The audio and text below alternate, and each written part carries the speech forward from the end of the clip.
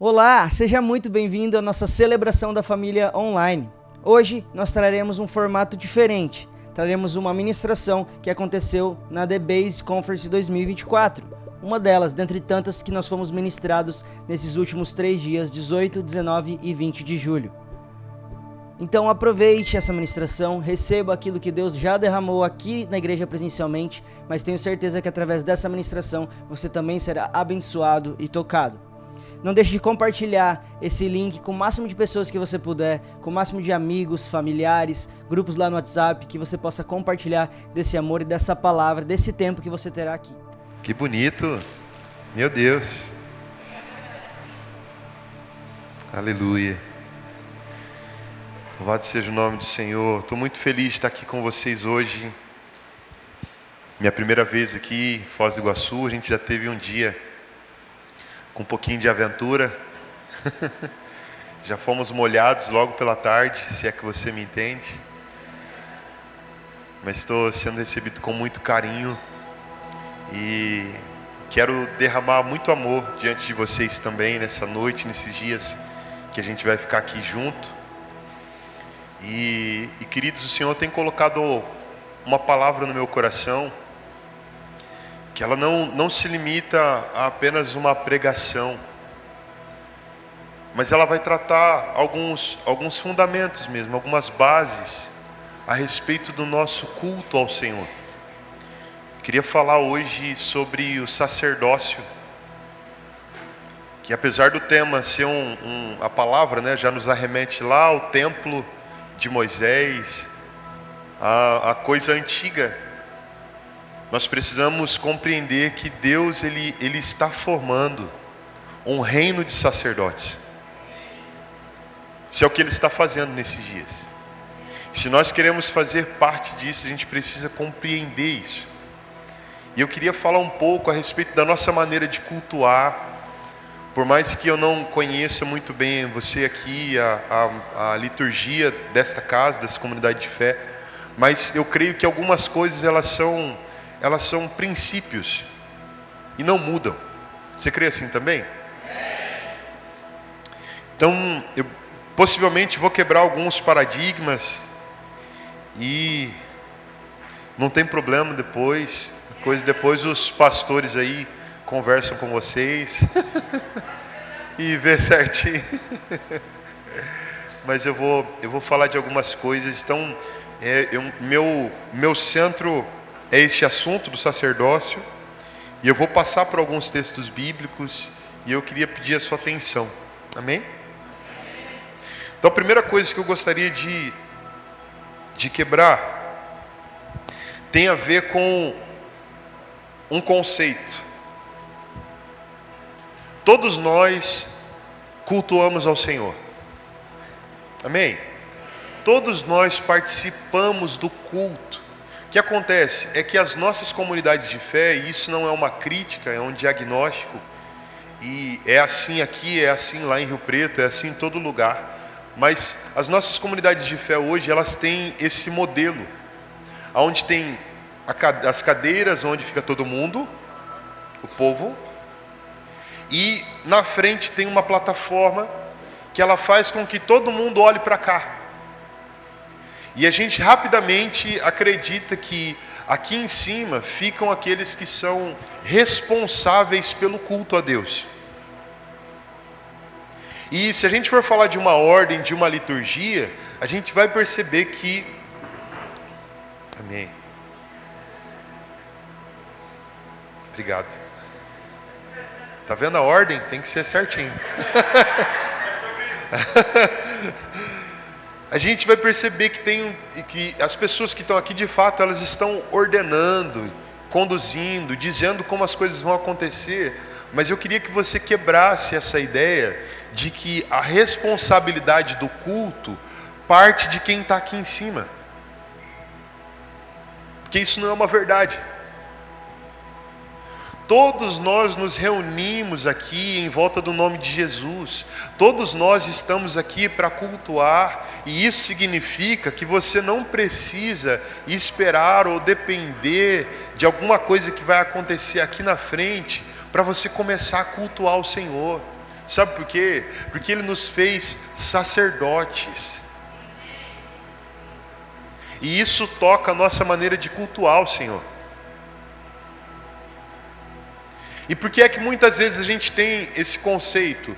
Porque a gente traz conosco de alguma maneira, por mais que isso é muito falado, né, nos nossos dias, mas a gente ainda acredita que quando a gente vem para um ambiente de culto, a gente vem para receber algo de Deus.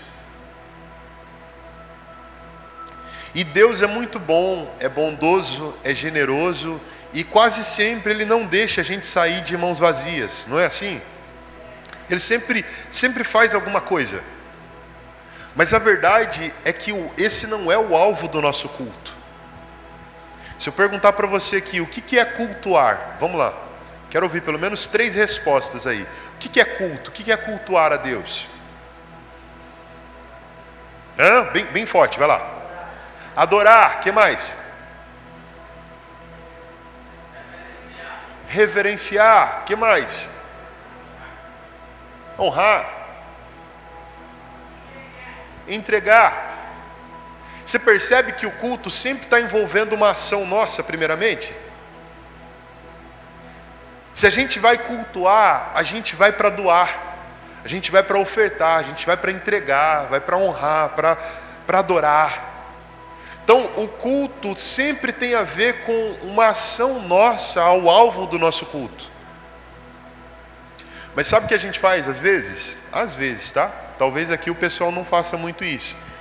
Mas às vezes a gente vai iniciar um culto, a pessoa que às vezes está com um microfone para dar essa abertura de culto, ela vira para a igreja e fala assim: boa noite, irmãos, paz seja convosco. Quantos aqui vieram? Complete a frase. Quantos aqui vieram receber algo de Deus nessa noite? Quem está preparado para receber do que vai acontecer aqui? Aí a igreja toma essa consciência: uau, se nós estamos no culto, nós estamos aqui para receber. Aí a igreja fica nessa postura de receber. Aí às vezes a gente, como ministro de louvor, a gente está aqui na frente e a gente está vendo que está tendo uma dificuldade em relação a esse momento, e a gente vai para cima da igreja não com um ensino, mas com uma resposta um tanto até que dura, dizendo: irmãos, não dependa de uma canção para você adorar a Deus. Mas na verdade não é um ensino isso, é uma reação ao olhar para o povo e ver que as pessoas estão esperando receber alguma coisa. Aí a gente fica assim, eu pergunto para vocês, quem quer receber? Vocês falam: a gente quer. Aí estou aqui e aí ninguém vai para cima de Deus, a não ser com muito empurrão às vezes. E a gente fica nessa briga, porque a gente compreende ou traz pouco do conceito do que é o culto a Deus. E cultuar a Deus é ofertar, é entregar, é adorar. É por isso que às vezes a gente tem até dificuldade de preparar uma oferta, que para nós a igreja está para nos servir, o culto é para a gente ser servido. Não, esse não é o alvo. Posso quebrar mais um? Só a pastora. Obrigado, pastora. Nós vamos junto aqui. Mas quer ver uma outra coisa que é interessante? Quando a gente olha e a gente fala assim: não, é que o momento do louvor é um momento para preparar a palavra. Vem primeiro aquele louvor de boa, aí o pessoal prepara o coração, aí sim a palavra. Por quê? Porque para nós a parte mais importante do culto é a palavra. Só que quando nós falamos de culto, nós estamos falando de um momento onde a gente se reúne para apontar para o alvo do nosso culto. Eu pergunto a vocês, para quem é a palavra? Para nós. E para quem é o louvor e a oferta? E no culto, quem é a pessoa mais importante? É o Senhor ou é nós? Então, se eu disser que o louvor prepara para o momento da palavra, eu estou dizendo que a pessoa mais importante desse culto sou eu e não o Senhor.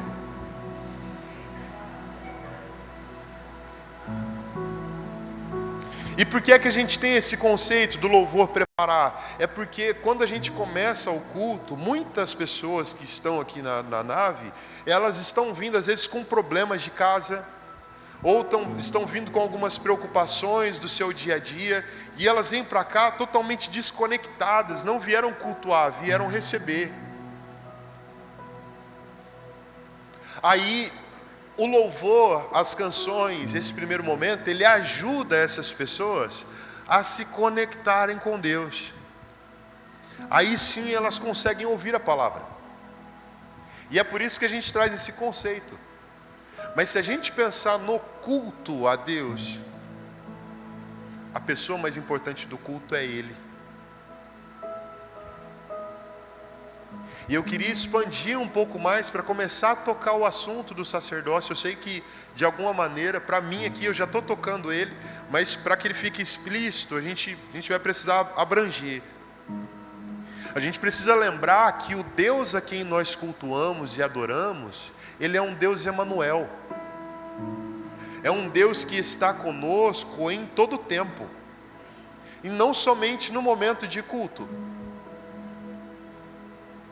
E se a gente pensar isso, a gente vai precisar compreender que nós cultuamos a Deus não somente no domingo às 19 horas.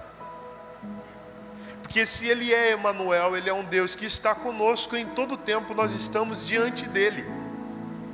E pode ser que durante a nossa vida, a gente não vai ficar cantando louvor, orando enquanto a gente está trabalhando. Mas a gente vai viver e trabalhar e fazer as coisas de uma maneira que expresse quem é o nosso Deus, com verdade, com decisão, com pontualidade, com expressão de quem é de Deus, de modo que quem vê a gente de longe já sabe que a gente é crente. E não é porque a gente está com uma Bíblia no serviço, entende? Mas é por causa de quem? Da consciência diante de quem nós estamos, do Senhor. Se a gente pensar, por exemplo, eu sei que agora vocês já estão tudo com o pé atrás, né? Mas se a gente pensar assim, ó, o que é o louvor? O que é louvor? Vamos lá, 3 respostas, quero ouvir daqui.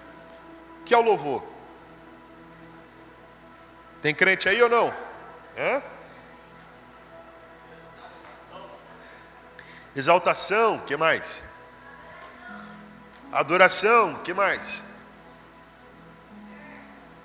Entrega, o que mais? Eu dei risada porque me lembrou de quando a gente estava perguntando o que era o culto. O que mais? Louvor. Você sabia que o louvor não é uma palavra espiritual ou ministerial ou do cristianismo? O louvor é uma palavra que faz parte do nosso vocabulário. Por mais que pareça que é nossa, não é nossa. A gente usa dela. Mas o louvor significa elogio. Louvar é elogiar. E o que é que a gente elogia? Quando é que o esposo, dá uma cutucada aqui também. Quando é que o esposo elogia a esposa? Quando ele vê, quando ele percebe, né? Não é sempre que percebe, né? Para perceber tem que contemplar, né? Aquela coisa assim, nossa, mas parece que... Quando é que a gente elogia? É quando a gente reconhece. É quando a gente olha, vê, percebe e a gente fala assim, uau, isso é bom. E o louvor, na maioria das vezes, sua característica maior está conectada a atos, a feitos, principalmente no que diz respeito ao Senhor. Porque nós não vemos Deus aqui, literalmente. Nós não sabemos como Ele é. A gente imagina pelo que as Escrituras dizem, mas a gente não está vendo Ele. Então, como é que a gente vai louvar um Deus que a gente não vê? A partir daquilo que a gente conhece, das suas obras. Por exemplo, a gente olha para João 3,16, e a gente vê João resumindo e respondendo a obra de redenção de um jeito magnífico.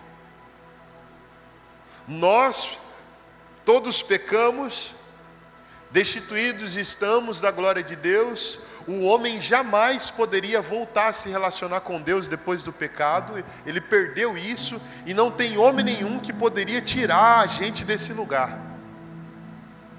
De modo que Deus envia o seu próprio Filho, Deus em carne. E quando vem em carne, vive uma vida santa, perfeita, sem nenhum pecado, e morre em nosso lugar. Qual é o pai que tem um filho santo e daria a vida desse filho para salvar pecadores, para salvar gente que não presta, gente teimosa? Nenhum. Eu não daria o meu. Mas Deus... Agora, por que é que Deus fez isso? Aí João responde com um porquê de resposta: porque Deus amou o mundo de uma tal maneira, e deu seu Filho, para que todo aquele que nele crê não morra, mas viva eternamente. Isso não é digno. Olha só, você vê como o louvor brota? Conforme nós olhamos para os feitos de Deus, um louvor vai brotando de dentro de nós. E a gente vai reconhecendo, a gente vai percebendo Ele, a gente vai louvando. Sabe por que às vezes nos faltam palavras de louvor? Porque a gente conhece muito pouco dos feitos de Deus. Talvez a gente conhece mais os feitos que alguém conta no púlpito, mas nos falta desejo por conhecer mais dEle, para dizer: uau, olha isso que Deus fez, louvado seja o Senhor. E quanto mais a gente percebe o Senhor, mais o louvor vai brotar. E eu queria só te lembrar que o maior livro da Bíblia é um livro de louvores e de orações. A gente vê homens passando por vários perrengues e dizendo: oh Deus, me acode, oh Deus, me ajuda. Mas o Senhor é bom e o seu amor dura para sempre. A gente vê esses homens, parece que quase que numa bipolaridade, mas eles não conseguem deixar de louvar, né? Igual Pedro e João lá em Atos, no capítulo 4, quando os guardas pegam ele, depois deles terem operado aquele milagre, né, no poder de Jesus, do paralítico que estava na porta do portão Formosa, e aqueles guardas falam para eles assim: olha, não falem mais desse nome, não façam mais isso que vocês estão fazendo, para com essa pregação. Eles falam assim para os guardas: a gente não consegue, é muito forte, a gente não dá conta. Como a gente não vai falar? A gente viu, a gente sabe que Ele está vivo. Então o louvor, ele vai expressar elogios a tudo aquilo que a gente vê, reconhece e percebe. E a adoração, deixa eu perguntar, vamos lá, mais 3 respostas sobre a adoração. Vamos lá, o que é adoração? O que é adorar? Contemplar, exaltar. E a adoração, diferente, um pouco diferente do louvor, ela também é uma expressão, mas ela não é uma expressão somente a coisas que Deus faz, a coisas que a gente percebe, de maneira que a gente fala aqui do que Ele fez ali. Mas a adoração, ela vai falar de uma prostração que reverencia, é uma reverência pessoal a Deus.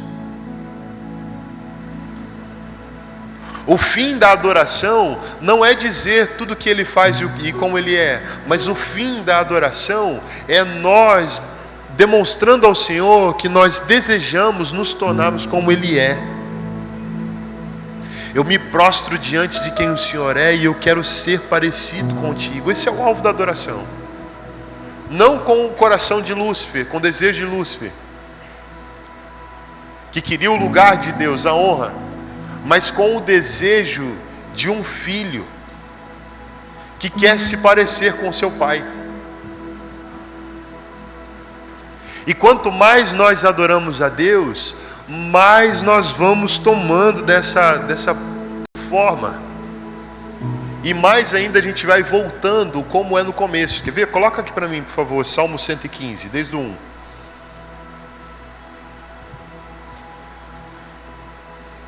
Para a gente ler junto. Salmo 115, desde o 1, nós vamos até o 8. Olha lá. Não a nós, Senhor, não a nós, mas ao teu nome seja dada a glória pelo teu amor leal e pela tua fidelidade. Porque perguntam as nações, onde está o Deus deles? O nosso Deus está nos céus e faz tudo o que lhe agrada. Os ídolos deles são de prata e ouro, obras de mãos humanas. Tem boca, mas não podem falar, olhos, mas não podem ver, tem ouvidos, mas não podem ouvir, nariz, mas não podem sentir cheiro, tem mãos, mas nada podem apalpar, pés, mas não podem andar, som algum emitem com a garganta. Ó 8. Tornem-se como eles, aqueles que os fazem e todos os que neles confiam. Então olha só, aquilo que a gente faz é um produto daquilo que a gente deseja. E o que a gente deseja é um produto daquilo que a gente vê e entesoura. Então a gente vê, deseja e a gente faz algo em direção àquilo. Estamos juntos? Por isso que no casamento, por exemplo, é tão importante a gente olhar para quem está do nosso lado. Que quanto mais a gente vê, mais a gente deseja. E a gente toma ações em relação a isso, em direção a isso.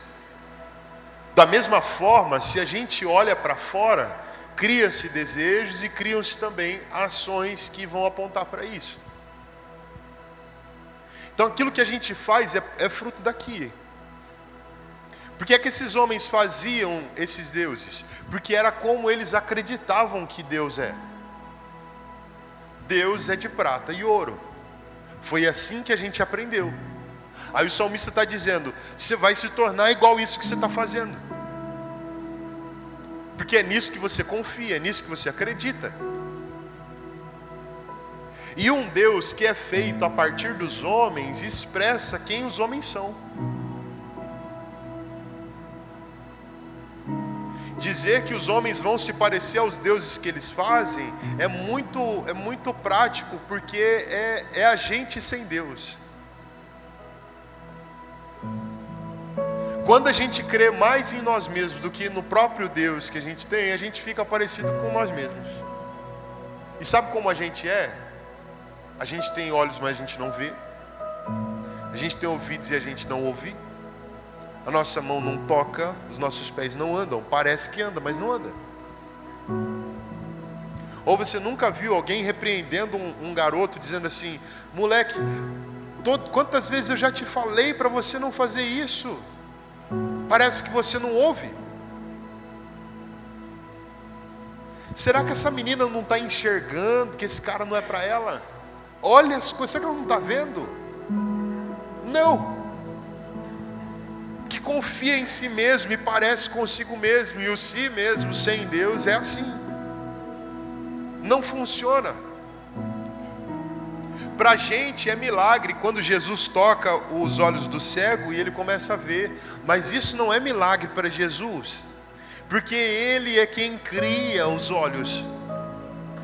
Ele tem a visão. Qualquer pessoa que nos dias de Jesus que tocasse num leproso, a lepra pegava nessa pessoa. Mas em Cristo há pureza, e onde Ele toca, ainda que seja impuro, é purificado. Porque isso é o que Ele é o que Ele tem. E na medida em que nós vamos aprendendo a confiar no Senhor, a olhar para Ele, a ter Ele como nosso foco, nós vamos nos tornando semelhantes a quem Ele é. E a gente precisa unir essas duas palavras, o louvor e a adoração. Espero que você esteja anotando. Então o louvor tem a ver com aquilo que Deus faz, a gente elogia os seus feitos. A adoração é uma reverência pessoal a quem Ele é. E aonde é que essas duas coisas se conectam? É que Deus não faz nada desconexo de quem Ele é. A gente não está vendo Deus aqui agora, mas se a gente olha para o céu e para a sua imensidão ilimitada, a gente sabe que só tem uma pessoa que poderia fazer. Que Deus deixe sua marca em tudo que Ele faz. Ele, não é que Ele faz bondade, é que Ele é bom. Não é que Ele tem atos de fidelidade, Ele é um Deus fiel. Nossa, independente de mim, é independente de você, porque é o que Ele é. Ele não muda diante de quem nós somos. Ele continua sendo o que Ele é. E nós já compreendemos. Abre põe mais um texto para mim aqui, João 4. Pode ser do versículo 20, pode ser, a gente lê.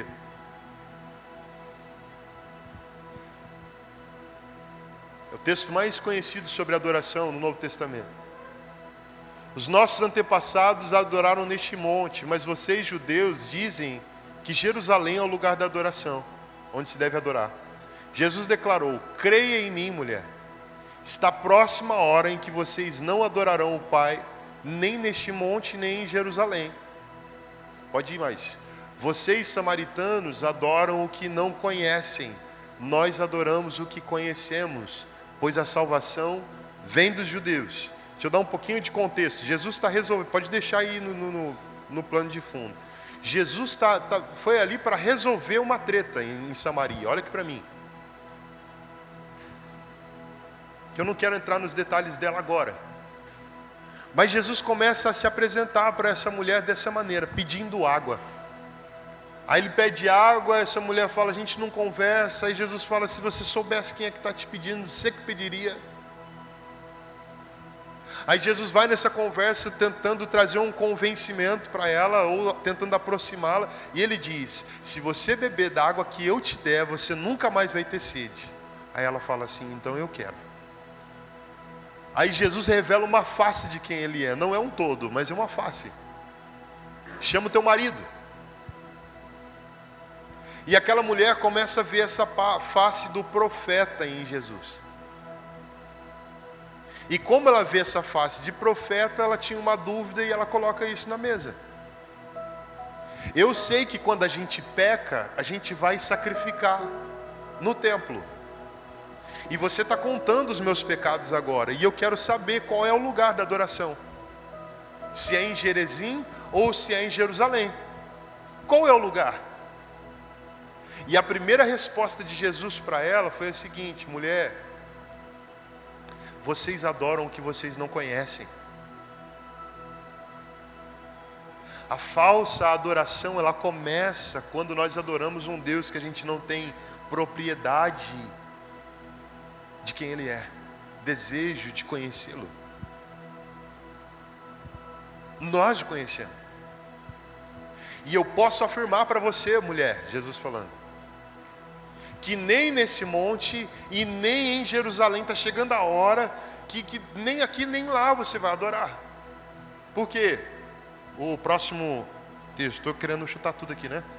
No entanto, está chegando a hora, e de fato já chegou, em que os verdadeiros adoradores adorarão o Pai em espírito e em verdade. Estes são os adoradores que o Pai procura. E como é difícil compreender esse texto.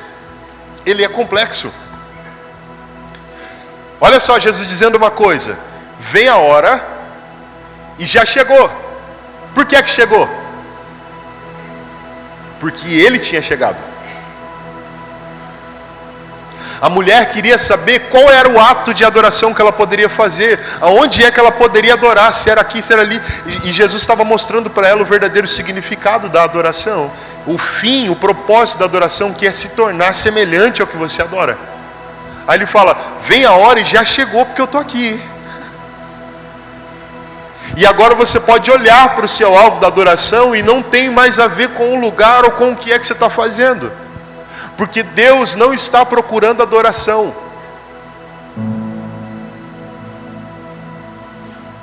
O Pai procura pelos seus adoradores. Pessoas que adoram em espírito e em verdade. No próximo versículo a gente vai entender melhor. Tem aqui também, ficou melhor. Olha lá, 24. Deus é espírito, e é necessário que os seus adoradores o adorem em verdade. Deus é espírito. Ele está falando de uma adoração que parte de quem nós somos. Deus é espírito e Ele não está procurando um gesto ali, outro gesto aqui, um culto aqui, outro culto ali. Deus procura pelos que o adoram, pelos adoradores.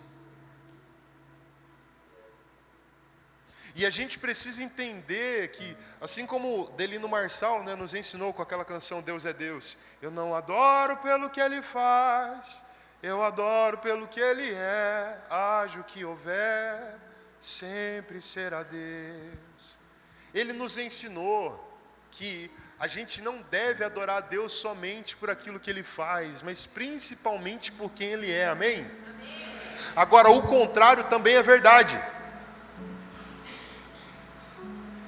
Deus não quer ser adorado somente por aquilo que a gente faz, se estiver desconectado de quem a gente é.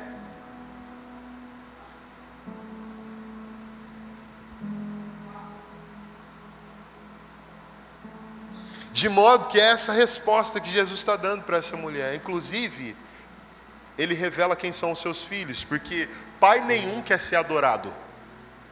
É Deus que procura adoração, pai não. Pai quer ser amado, quer ser conhecido, quer ser outras coisas. Mas a adoração quem busca é Deus. Mas Ele está dizendo, o Pai procura pelos que o adoram, para nos dizer quem são os filhos.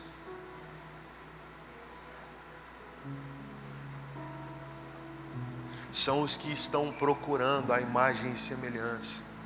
São os que estão procurando se tornar, ser, para que aquilo que faz seja uma extensão de quem essa pessoa é, e não uma coisa desconexa. É por isso que a gente não é transformado muitas vezes. Porque a gente vai ficando bom em fazer coisas para Deus, como se o nosso sacerdócio se finalizasse naquilo que a gente faz para Deus. Tem um termo que se tornou tão comum dentro da igreja e a gente compreende muito bem o que ele quer dizer, mas o significado dele é terrível para nós. E esse termo é: Deus quer te usar.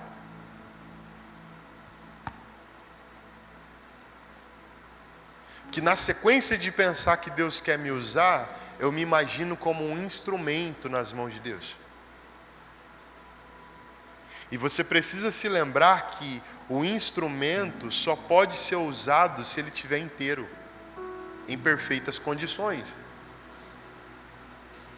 Você pega um martelo para arrumar uma mesa na sua casa, se você der umas pancadas ali e o martelo quebrar, você até faz uma gambiarrinha para continuar o serviço, mas você já sabe que você precisa de um martelo novo. E quando a gente traz isso para nós, a gente fica tentando estar inteiro para ser usado. Porque a gente tem plena convicção de que se a gente quebrar, Deus não quer mais nada conosco, porque o que Deus quer de nós é nos usar. E eu preciso quebrar com esse significado também em relação a esse assunto. E eu vou dizer da seguinte maneira, para ficar bem claro: irmãos, Deus não quer nos usar.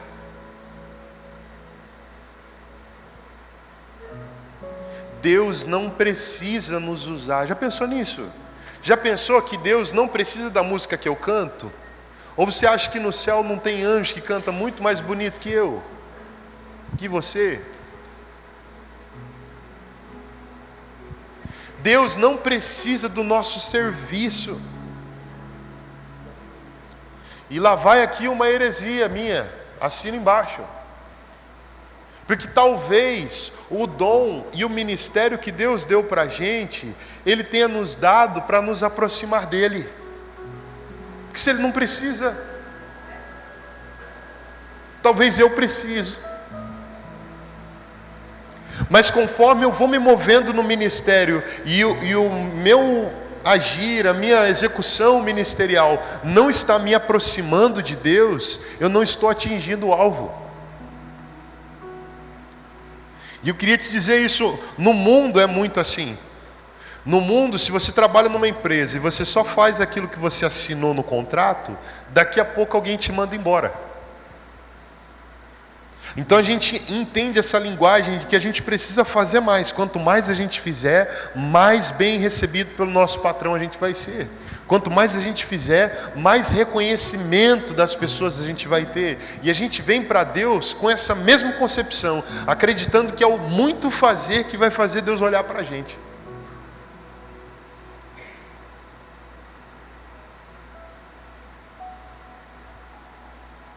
E a verdade é que Deus quer aquilo que a gente é antes daquilo que a gente possa fazer para Ele.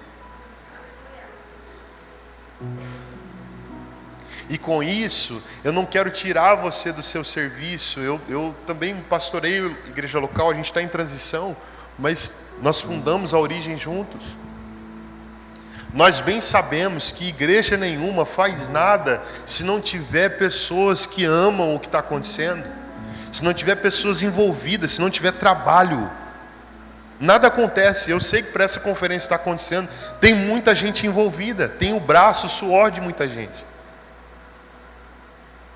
Então, por favor, se você ama esse lugar, se você ama a sua comunidade de fé, trabalhe mesmo, sirva para que as coisas aconteçam. Mas compreenda uma coisa, não é aquilo que a gente faz que vai fazer Deus gostar da gente ou não. Não é o tanto que a gente se move, porque servir a Deus, fazer alguma coisa na obra, é ser parte do louvor, é pregar ali em cima, ou é estar no meio dos diáconos, servindo, alguma coisa a gente tem que fazer a obra. E vai tentando. E tem pessoas que às vezes querem vir para o louvor, mas não sabe cantar, não sabe fazer nada daquilo, mas está tentando, porque precisa fazer alguma coisa que Deus... E às vezes o ministério infantil precisando bastante, né?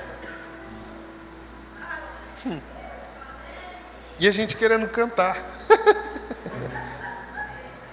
Vou falar o que os líderes não vai ter coragem de falar aqui. Líder de louvor.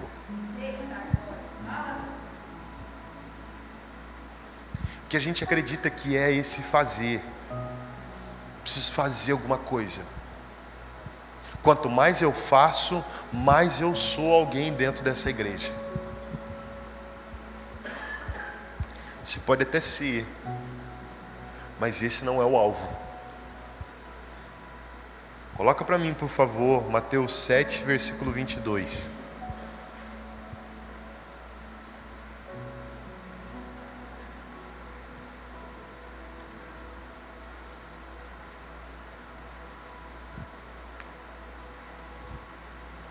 Mateus 7, 22. Muitos me dirão naquele dia: Senhor, Senhor, não profetizamos em Teu nome? Olha que é umas obras sofisticadas, hein? Em Teu nome não expulsamos demônios? E não realizamos muitos milagres? Então eu lhes direi claramente: eu queria ter conhecido vocês.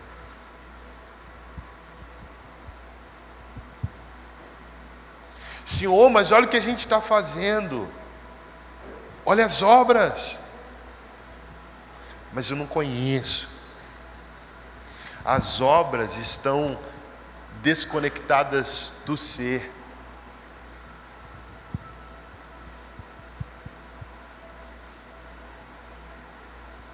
Deus não está formando um reino de ministérios ou de ministros. Ele está formando um reino de sacerdotes. E acredite, essa questão não está mais sobre o homem apenas. A gente ouviu muito falar do homem, que o homem é o sacerdote do lar. E é Ele que traz a presença de Deus. Mas deixa eu dizer para você, nós estamos contemplando nesses dias jovens que estão se apaixonando por Deus, e eles têm sido os sacerdotes da sua casa. Porque não tem mais essa distinção. Deus está formando um reino de sacerdotes que tem a ver com isso. Pessoas que querem Deus, pessoas que atraem a presença de Deus, pessoas que estão se relacionando com a palavra a fim de se tornar, a fim de encarnar o verbo.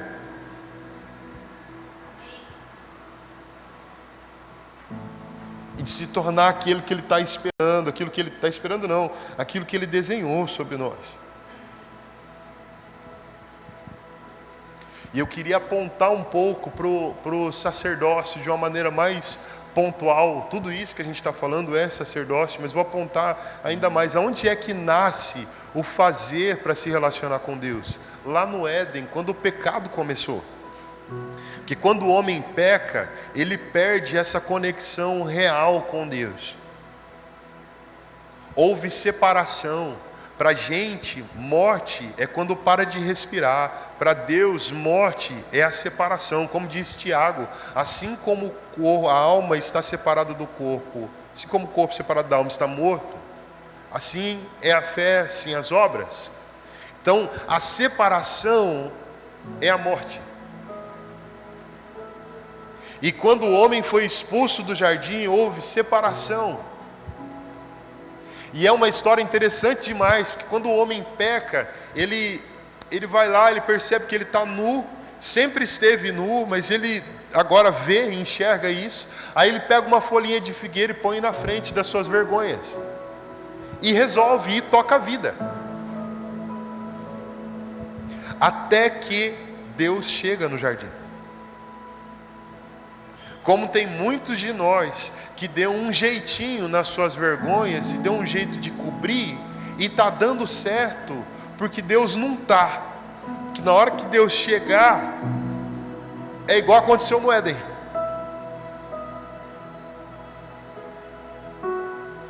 Cadê você, Adão? Ô Senhor, eu me escondi porque eu estava nu. Mas ele já tinha colocado a folhinha, já tinha tampado, não tinha resolvido, não era?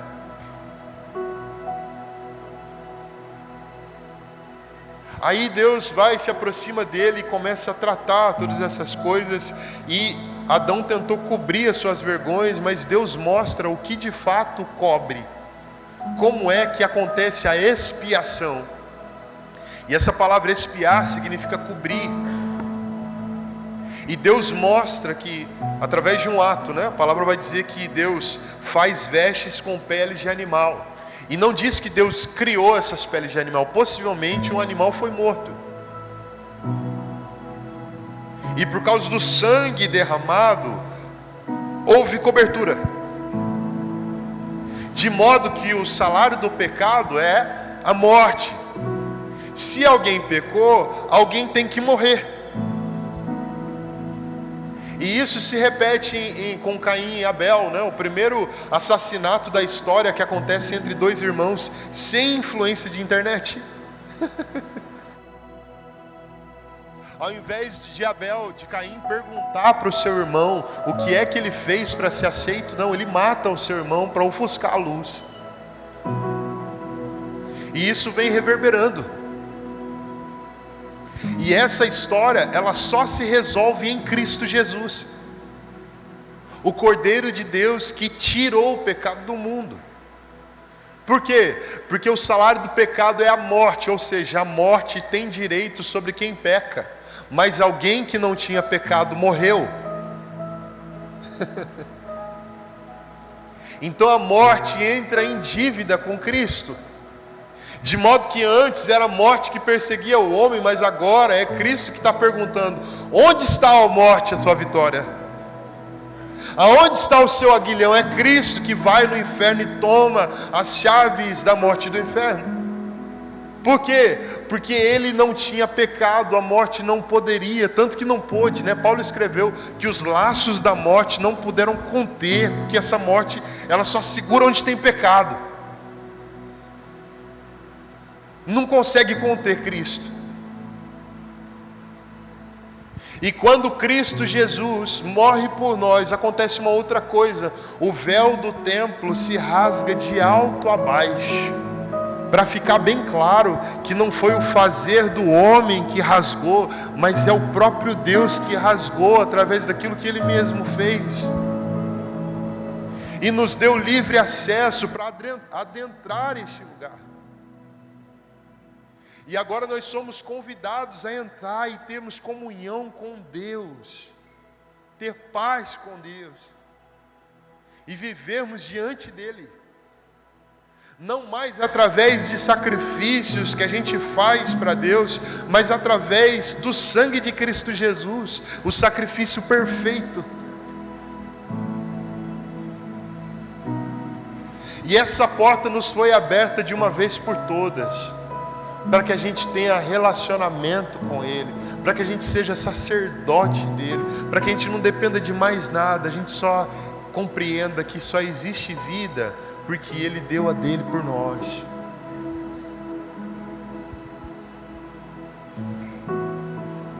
E é essa compreensão que muda o nosso culto. Romanos capítulo 12, versículo 1. Pode pôr, por favor. Eu vou ler o 12:1, porque o 2 a gente aprendeu e a gente desconectou do 1, aí perdeu um pouco o sentido.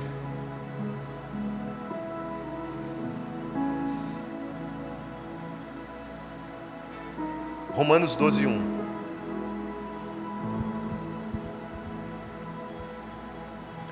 Portanto, irmãos, quem está junto aqui comigo? Alguns. Portanto, irmãos, peço pelas misericórdias de Deus que ofereçam o quê? Agora olha essa conversa. Como um sacrifício santo e agradável a Deus. E este é o culto. Esse é o culto. O que é o culto? A nossa vida,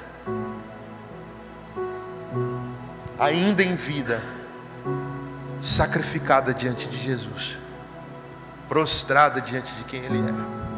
E Paulo está dizendo: pelas misericórdias de Deus eu peço a vocês, ofereçam-se diante dEle, se apresentem diante dEle. De que maneira que a gente vai cultuar assim, Paulo? Se a gente não vai matar mais nada, se a gente não vai ficar fazendo coisa para ser reconhecido diante de Deus, como é que a gente vai viver? Versículo 2 vai dizer,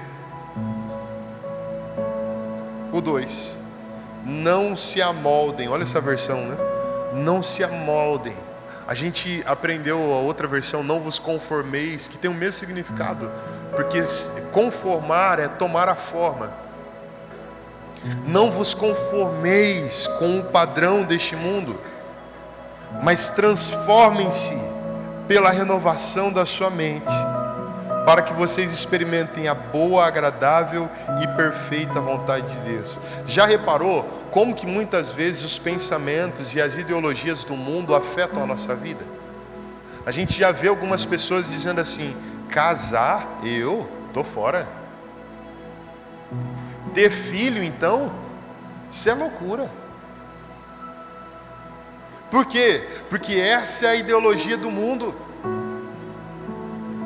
Filho dá trabalho, e casamento é ilusão. A gente se relaciona, a gente vive, a gente desfruta da vida do mesmo jeito que as pessoas que não têm Jesus e não se renderam a Ele também fazem, porque a gente muitas vezes se permite se amoldar a este mundo. E é isso que nos impede muitas vezes de ter uma vida inteira para o Senhor e ficar nessa de cultuar quando tem culto, porque a gente se amoldou. Por quê? Porque a vida bate na gente às vezes. Eu vou ficar ouvindo pastor, eu vou ficar lendo Bíblia. A vida aqui é diferente. Eu sei os desafios e os sofrimentos que eu já enfrentei. Eu ainda contei ontem numa igreja que eu fui, que eu ganhei um violão. Aí eu tinha pensado assim: eu vou levar meu violão novo hoje, vou tocar com ele. Só que eu lembrei que outra vez eu tinha ganhado também, eu tinha comprado um violão e ele estava sem o pino para colocar a correia. Aí pronto, se eu pego esse violão e vou para a igreja no ao vivo, a hora que chega lá, você vai tentar pôr a correia, não dá, tem que tocar sentado, muda tudo. Então o que eu fiz? Na hora que eu fui pegar o violão novo para ir para a igreja, eu abri ele e fui lá, pus a mão. Não tem pino. Porque eu já passei por essa. Vou com o meu mesmo. E é um exemplo muito pequeno, diante de repente das suas experiências de vida, da sua maneira de viver, de coisas que você já sofreu, já apanhou, e agora decide viver a vida de acordo com aquilo mesmo que você acredita e foi formado. Irmão, você não sabe o que eu passei. Confia em homem, você vai ver só. Larga a mão disso. Irmão, você não sabe o que eu passei. Eu já vivi muitas coisas na igreja. E a gente vai trazendo esses registros, e as nossas experiências de vida comum vão amoldando. Mas Paulo está ensinando a gente que a gente não deve se amoldar ao padrão do mundo, mas que a gente precisa ser transformado. E essa transformação, ela só acontece através de um toque de Deus. A renovação da mente aqui nos abre um assunto que eu não vou tão fundo nele, mas eu vou passar, que é o novo nascimento. Que fala que não é, né, como Nicodemos interpretou, ilustrou. Eu vou voltar para a barriga da minha mãe e nascer de novo? Não. Mas fala sobre nós reaprendermos a vida de acordo com a vontade de Deus. A gente não vai sofrer uma amnésia, a gente não vai esquecer das coisas que a gente já aprendeu, mas existe uma nova forma, através da renovação da nossa mente, de um toque transformador de Deus. E queridos, eu queria orar por algumas pessoas aqui hoje.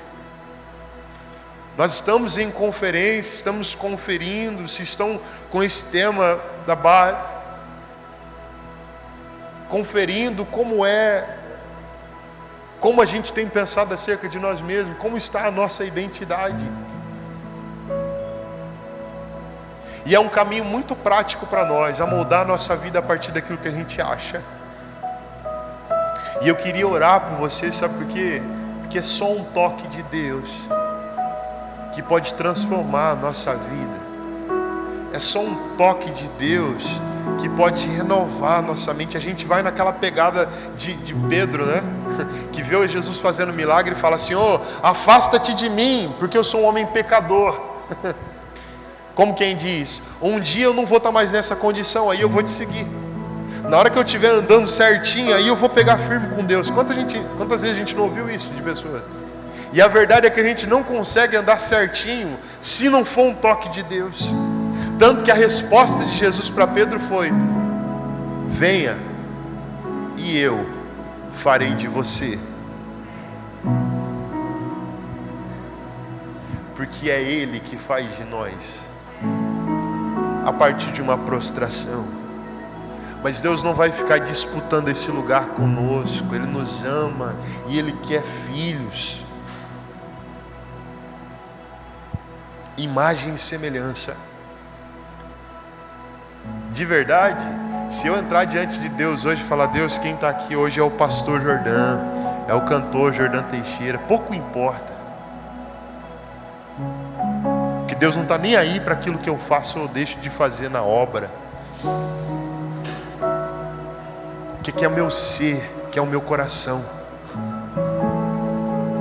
E é isso que o Senhor está buscando em nós também, em você também. Então de repente você está aqui, meu irmão, minha irmã, vivendo a sua vida de acordo com aquilo que você mesmo pensa. Ou de repente já está até cansado já de tentar do seu jeito e ver as coisas não conseguindo encontrar um caminho. Eu quero que você venha aqui na frente, eu quero orar por você hoje. E eu sei que é difícil, quando a gente fala de vir à frente, parece que está em pecado, e não tem a ver com o pecado, mas tem a ver com alguém que Que o Senhor renove a sua mente, renove a sua vida. Tem a ver com alguém que de fato deseja ser o que Deus quer que você seja. Tem a ver com alguém que tem a coragem de abrir mão de si mesmo, de se apresentar diante de Deus como um sacrifício vivo, para dizer: Deus, eu só quero a tua presença. Se tem alguém aqui que se identifica com essa palavra, eu queria que você viesse aqui, que eu quero orar por você. Eu sei que nós estamos em uma estação nova. Pode vir, feche os seus olhos. Eu sei que nós estamos em uma estação nova. Deus está mudando algumas coisas nesses dias. E nós precisamos ter sensibilidade. Nós precisamos compreender o que é que Deus quer.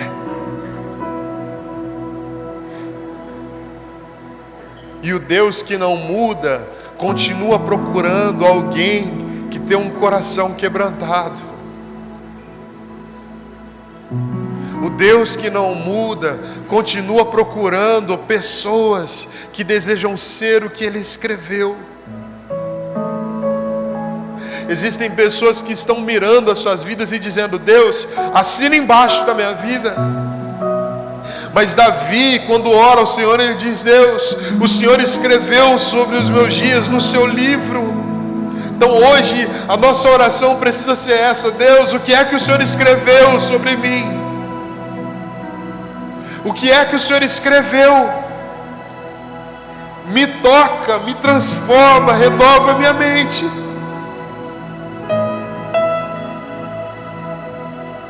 Me toca, me transforma e renova, porque eu quero experimentar a boa, perfeita e agradável vontade do Senhor. Comece a orar, vai orando ao Senhor, rasgue o seu coração na presença dEle. Receba o amor de Deus pela tua vida hoje. Receba esse amor que não está interessado no quanto que você pode trabalhar na obra, mas está interessado no quanto do seu coração pode ser entregue a Ele. Enquanto a gente está procurando uma casa, comprar uma casa própria para a gente morar, Deus tem batido a porta do nosso coração para habitar em nós. Enquanto a gente quer um carro melhor para andar, Deus quer encontrar lugar em nós, para andar em nós, a fim de que a nossa vida expresse o nosso amor e quem é o nosso Deus.